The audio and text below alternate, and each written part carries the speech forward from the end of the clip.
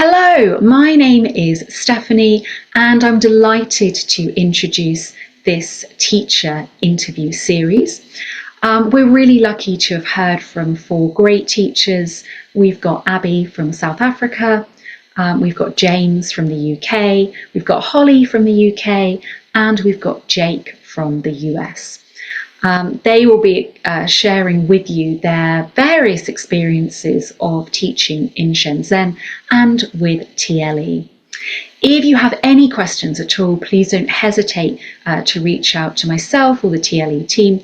We'd be delighted to help and support you in your journey to considering teaching in China. So, James, first of all, thank you ever so much for joining us this evening. And I wondered if you could give me a brief introduction to yourself, please. Perfect. So my name is James. I am 23 years old. I'm British. I'm currently living in Shenzhen, teaching 3 to 5-year-olds in a private kindergarten. I studied at Bath Spa University, and I also did a semester abroad studying in Montana, Billings, Montana. And yes, that's my introduction. Okay, great. So you came to China fairly promptly after graduating from Bath Spa. I understand that you did a degree in business. Did you study China as part of your degree at all, or not so much? So not so much, no, didn't study China, but it's just a big interest of mine. Yeah, okay. And I mean, so many questions to start with, but first of all, why did you choose Shenzhen? What really appealed to you about the city? Did you know a lot about Shenzhen? So the reason I picked Shenzhen, basically, the cities I've lived in my life are Port Elizabeth in South Africa. I've lived in Billings, Montana, and I've lived in Bath, England. And all these cities, they're very nice places, but they're very small cities. The difference that Shenzhen offers is that it's a major developing city, loads of skyscrapers, which is just very different to anything I'm used to. So that would be the first reason. The second reason would be I wanted to establish different connections, make new friends, meet new people for networking purposes, and also just to meet more people in general. I also wanted to come and learn about the Chinese market, as I've always had an interest in living in the 4 different superpower countries, namely the US, the UK, China, and Russia. So the UK and US have already lived there. So now China's third on the list. And yes, those are the main reasons I wanted to come to Shenzhen. Yeah, fantastic. So quite a broad range of reasons then, not necessarily teaching related from the sounds of it, but actually a longer term career goal that you've got in mind there. So why teaching? You know, we all know there's a lot of transferable skills that come through being in the classroom, and of course doing that in a very different country, culture. But why did you apply for a teaching job? So out of all the different opportunities that are available, teaching seemed like the best option, as there were specific skills I felt that I lacked that I needed to develop, such as my presentation skills. My presentation skills have always been, I wouldn't say great, but still decent. But I guess just for general life, it's very good to be able to stand in front of a crowd and present yourself in the most appropriate way possible. So that's definitely that's definitely the main point. I'd say the second point would be one day I'd like to have a family of my own, and I feel like I haven't had enough experience dealing with younger kids. So coming to China to help young kids develop their English skills is something that I thought would be very beneficial to me for the long term. Oh, well, that's nice to hear. And as you say, some of those kind of soft skills and presentation skills, having to really use your initiative every day, I assume, and developing that kind of breadth of experience sounds like it's quite quite important. So, James, there are an absolute, multitude of companies out there that offer opportunities teaching in China, in different countries, thousands of job posts. How did you come to choose Talent E out of all of the opportunities that are out there? Yeah, so I originally met a very nice guy in Bath where I studied and lived. And the company was an agency that linked different people to China to give them the opportunities to become English teachers. So after having interviews and stuff with them, they linked me to a few different companies. And after considering all the different agencies that were recommended, Talent E seemed like the best option for me. So the reason why was because from having interviews with Talent E, what they offered seemed to align the most with what I wanted to do. I also had a chance to meet quite a few different members of the Talent E team, and they seemed like very genuine people, very nice people, and I can confirm they are very nice people and everything surrounding that. So I think, yeah, they really are a great agency to go through. Well, that's great to hear, and I mean, it's a big, journey to go on from deciding to accept a job to then actually moving to the other side of the world, sorting out the visa, arranging your apartment. So, what kind of support at each step of the way have Talent E and their staff been able to offer you? Yeah. So I would say with literally every single step, they've made every single problem that the average person went through maybe another agency or didn't go through an agency at all would have. I think personally, if they came to China without this support, it would take a very long time to figure out how everything operates.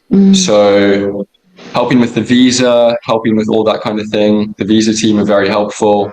And also, there's just so many different steps when you arrive in China that are so complicated, such as the way to pay through like WeChat and Alipay, and setting up a bank account, setting up your SIM card, and just everything like that in general is very, very complicated if you've never had any experience in China. And it probably would have taken me a very long time to figure it all out.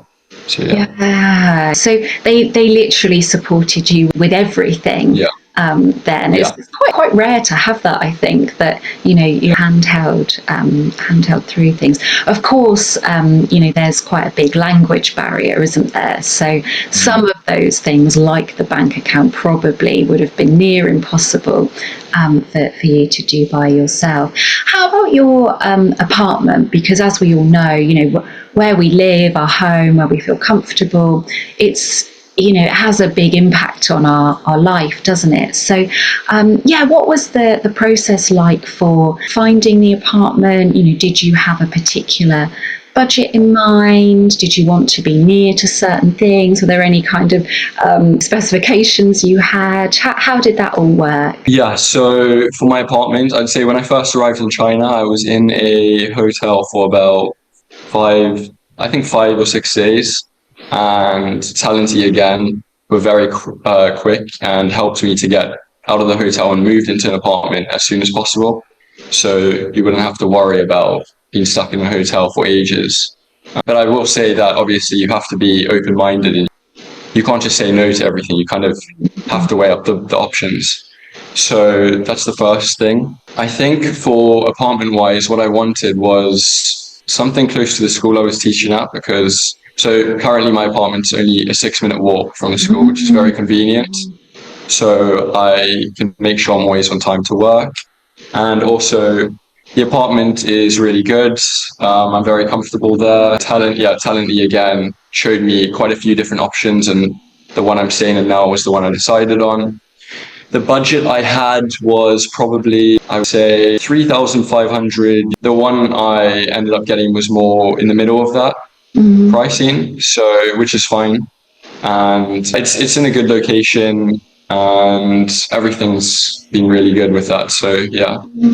Yeah. Oh, great. And yeah, tell us about the part of the city that you live in, and the local amenities, what you like doing in sort of the evenings and weekends when you stay locally. Yeah. Okay. So I live in a district called Longhua district, which is, it's not the best district. The best districts I would say are Futian or Nanshan, which are the more developed ones. However, the job I was offered was in Longhua, and I am happy with it. It is less developed, but it has its benefits. Like, it feels more like real China, like instead of a more developed area, which is quite a good experience, I'd say. And then I would say my favorite things to do on the weekends and stuff would be, I normally go explore the city. So often we'll go into Futian or Nanshan or Bao'an district and just go to the different sites. So recently, well, I'm very interested in hiking. I go hiking a lot. So yesterday I went hiking around Wutong Mountain, which is quite far away, but it's still in the districts. Well, it's, yeah, far away from Longhua district, but it's still very easily accessible and cheap to get to. So I will either hike, or other things I'm interested in could be on the weekend. Sometimes I'll go to KTV, which is karaoke bars with my friends, which is really fun. The Chinese people here love it, and I think it's a lot more interesting than going to like bars and stuff. I think it's quite different, but in a good way. Trying loads of different local foods. Obviously, China's such a big country; they've got such a wide range of the different options. So I've tried some crazy things, and I've also tried some, yeah, very good things. And then yeah, just there's lots of shopping. There's lots of anything you need, you can get. So convenient. So yeah. So you're able to go into the more central districts fairly easily then, as well as, if you want to go hiking, you can get out there fairly easily. Extremely easily and very cheap. Ah, So, okay. well, comparing to the UK and US, I guess. Yes. Be way more, much more accessible, I'd say. Yeah, interesting. And you mentioned that you go to things like KTV or you hike with your friends. So I'm assuming you didn't know anyone before you went over to Shenzhen. So how have you met people, either inside of work and through Talent E, or even outside of work? How do you kind of make new friends on the other side of the world? So first thing is, I did meet a lot of people in the UK, in Bath, from Shenzhen. So I had quite a few friends here already before coming. However, they do obviously study in the UK. So when I first came here, I didn't actually see them. So the way I met people was, I kind of forced myself to be very outgoing. With Talent E, I made plans. Obviously, they organize events to get everyone to integrate with each other, but I went out of my way to make plans with all the Talent E members, and now I think I'm very good friends with them, I'd say. Just planning fun events and hanging out with them. And then also the new teachers as well. Obviously, we've all just moved to China at the time, so we're all in the same situation. So we can just go explore the city and try new food, experience new things. We can do that all together. And then I'd say another way is, it's very easy to meet people. Well, yeah, just meeting through other people. And you can also meet people online very easily in China, which I found, which is, I mean, maybe you could do that everywhere, but I found in China it's very easy, because I think at least Shenzhen, yeah, for China, I guess they don't have as many foreigners as other places. So when you look different, I think it attracts people in a way. Ah, yeah. So people are Curious. intrigued. Yes. Yes, intrigued. Yeah. Oh, well, that sounds good then. So it's not a case that you feel like you haven't got a social circle, or feel lonely or anything. Actually, because you've you've put the time and effort in, you've actually managed to make friends and build that up fairly quickly. Yes, absolutely. I would just recommend to anyone if you come to China, go out of your way to make the connections and make new friends, because it's really beneficial. Yeah, well, thank you for that. And how do you find the standard of living you have as a teacher? So, coming from the UK, where we all know the cost of living is very, very high generally, do you find that, the salary that you have, the package with your accommodation, everything, do you find that you're able to do most of the things you want to be able to do? What's been your experience of the standard of living? So one of the most positive things I've realized about living in Shenzhen is the cost of living is, at least for me, it's been very, very cheap. And based on the salary I earn, I've had no problem at all. I can do whatever I want, whenever I want, which is very nice. I think in the UK, it would be much more difficult to do the amount of things I'm doing here. I mean, I could still do it, but it would just cost so much more, to be honest. So you can do everything you want to do in the UK. In China, like, yeah, you spend so much less and can have much more of an experience, I'd say.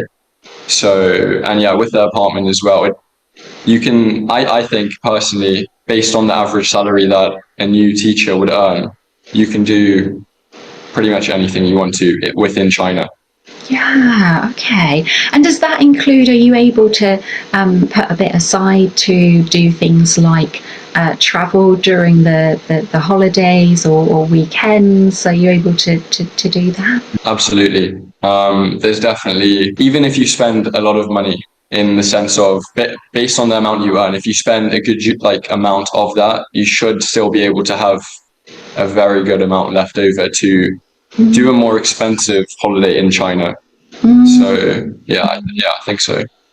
Amazing. And then going, I suppose, to I guess some of the more negative things. So no experience, of course, is ever perfect. Life isn't perfect. But have there been any, kind of minor challenges that you've faced since you've been in China, either in terms of, bureaucracy and admin side of things, maybe in terms of your job, visas? Is there anything that has been that you could say, yeah, actually, that was a challenge that I had to overcome? Yeah, I think for me personally, I haven't actually faced any challenges. I'd say any challenge I've had, Talently have dealt with it very quickly. I think there could be some challenges for other people, maybe, but I think because I've traveled quite a lot in my life, I'm not really. I kind of know what to expect. I think, like, I'm very open-minded, so I'd say some of the challenges could be maybe on the roads. There's bikes that everybody drives, and they're a little bit crazy. You've got to be careful. They do drive a little bit fast, and they drive on the sidewalk, so you always got to be aware, looking around, making sure you don't get hit. Another thing that tends to bug a lot of people is there's a lot of people like spit everywhere. So I think this is what a lot of people say is, and it's not everyone, it's just like a lot of people will, I think the manners might be slightly different. So that could be an area that people could struggle with. Then again, I was fine with it because it's just different. I think it's good to be open-minded, understand why people do things differently, maybe why they think differently about different things. That's one thing. What else could I say that has been negative? Oh yeah, one thing, although it doesn't affect me again personally, because I've come to China to teach, I want to get all the experience possible. If there is a storm or school is cancelled or there's holidays, you will have to make the work back up. So you might have to work a Saturday or Sunday sometimes. So yeah, just be prepared to have a very open schedule. You've got to work when you have to work. But again, for me, I haven't had any problems with this. Yeah, that's interesting actually, isn't it? Because as you say, it's often the case that if there's a holiday day, it's not extra work, so to speak. It's just kind of time that you make up at another period, which obviously we don't do in the UK. But I'm guessing you have an amount of holidays as part of your contract, which is paid leave as you would have anywhere. Yeah, yes, we do. Yeah, okay, great.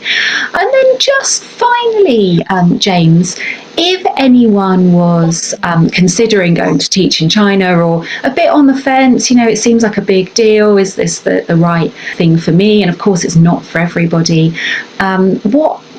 What advice would you give to someone that's potentially considering doing the same as you and going to live and teach in Shenzhen? So I would say it's worth the try. It's very different to places in the West, although it still has its similarities. I guess everywhere you go on Earth, there'll always be similarities. But I guess, yeah, there are some differences, but you should be able to cope with the few differences that there are. I'd say the connections you can make, friends, connections for networking purposes, etc., are very beneficial. Even if you just did 1 year in China, you almost guarantee it will benefit you long term. I also think, obviously, China's economy and stuff is growing so rapidly, and the opportunities that are coming up are not like any other, to be honest. So I'd say learning Chinese could be a very, very, very good thing for the future if you want to get a job in a Chinese company, or just long term, it seems like it'll be something very beneficial. And I just think it's good to go out into the world, see why people think differently. Again, like, why do people operate in that way? Why do they think that way about something? Why do they do the things they do? And then you can definitely start to understand people more. Oh well, that's a useful perspective to have there. As you say, it's an experience that you intend to take on with you for the rest of your life. And, the wider sense of things in terms of those benefits that it brings. So, thank you ever so much, James, for speaking with us today. And I'm sure if anyone wanted to get in touch with you, they could do so via the Talent E agency. But yeah, we really appreciate your time. So thank you for taking the time. Thank you very much, Stephanie. Thank you. Thank you.